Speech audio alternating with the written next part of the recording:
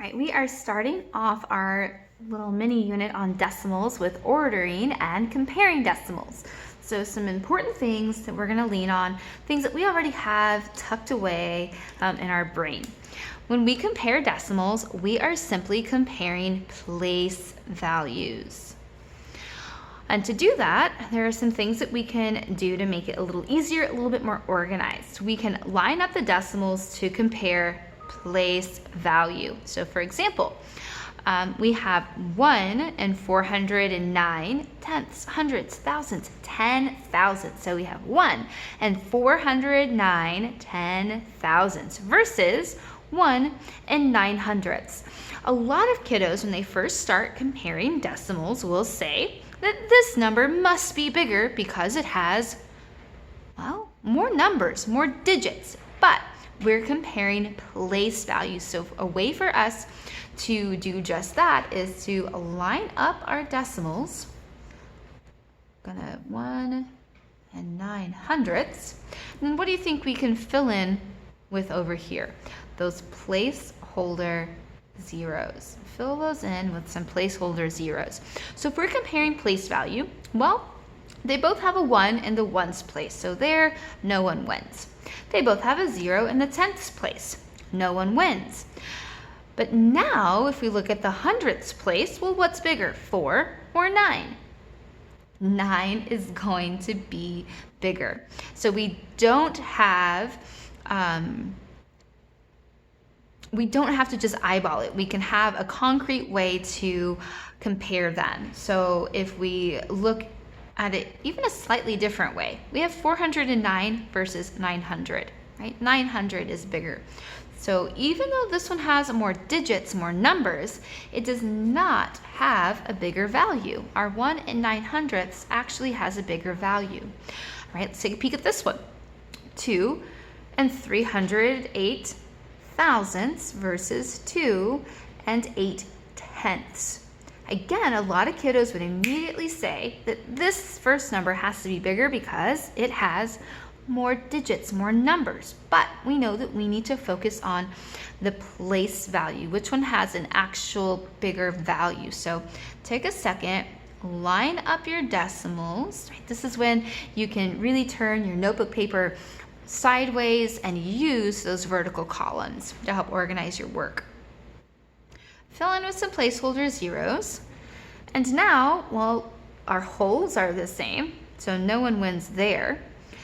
And now if I look at my tenths place, well, what's bigger, 3 tenths or 8 tenths? Right, 8 tenths. We can even look at it as 308 versus 800. And 800 is definitely going to be more. All right, so line up your decimal to focus on simply place value.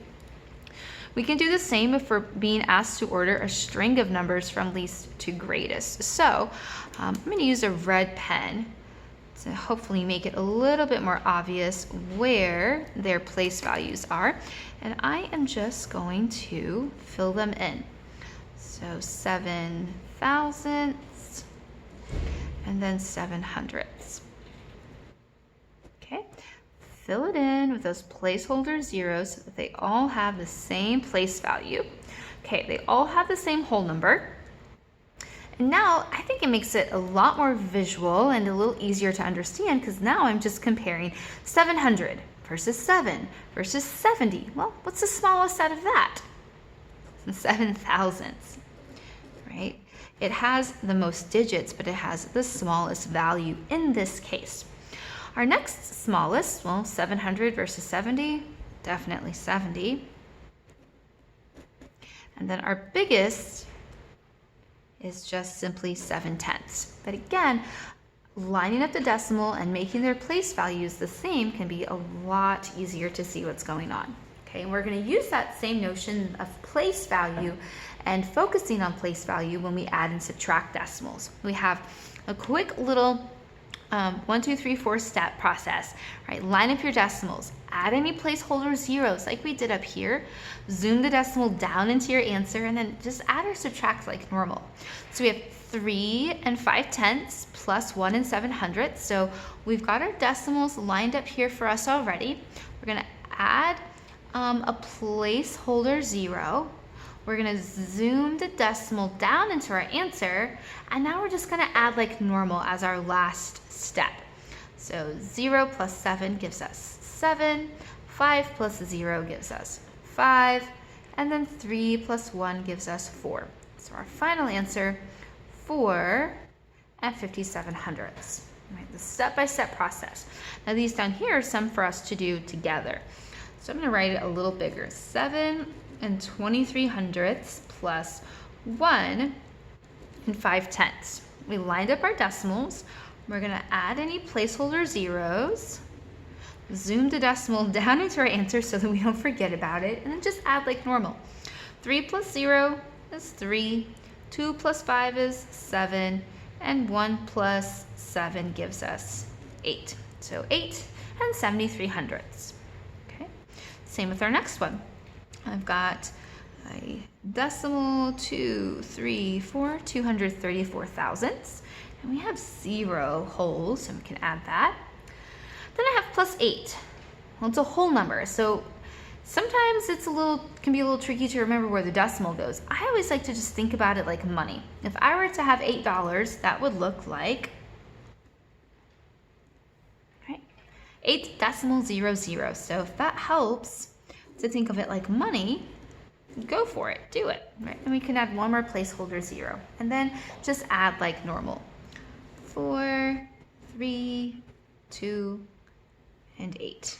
Awesome. All right, go ahead and I want you to push pause and answer this next question and then check it.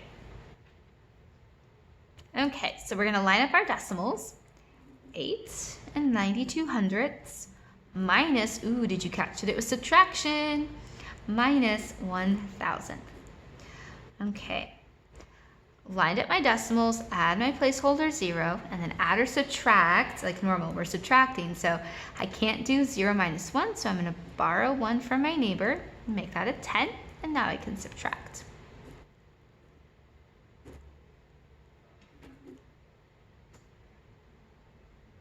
$8 and 919 thousandths. All right, give yourself a check if you got that one right, or start if you missed it and need some help. Okay, go ahead and push pause and do the same thing. Answer this next question and then check it.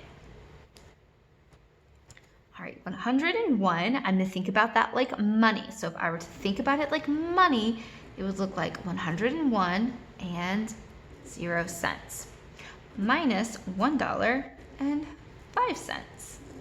My decimals are lined up. I already added my placeholder zeros from earlier, so now I can just subtract like normal.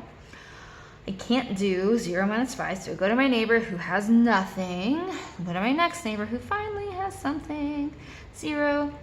So I'm like, woohoo, I can borrow from this neighbor, so they become a 9. Finally, we get what we needed to start with. 10 minus 5 is 5. 9 minus 0 is 9. Ooh, forgot to zoom down my decimal, y'all. Yikes, that could have been terrible. And I cannot do 0 minus 1, but let's just check in because this is a little easier than we think. I'm doing 100 minus 1, which is just 99. So my final answer, it's kind of like I had $101 and I paid for something that was $1.05. I'm going to get $99.95 back. All right, give yourself a check if you got that one right, or start if you needed some help. All right, there we go. Order and compare decimals, add and subtract. We have the same basic principle to utilize. The fact that we are focusing on place value, lining up our decimals to compare place value, lining up our decimals so that we are adding the same place values. We added tenths plus tenths, and hundredths versus hundredths, and thousandths versus thousandths, right? Just like when we add normally, right? We make sure that we are adding the ones place with the ones place, not the ones place with like the thousands place or something wonky. So lining up your decimals, adding those placeholder zeros can be incredibly helpful with this. All right, there we go. Order and compare decimals as well as adding and subtracting.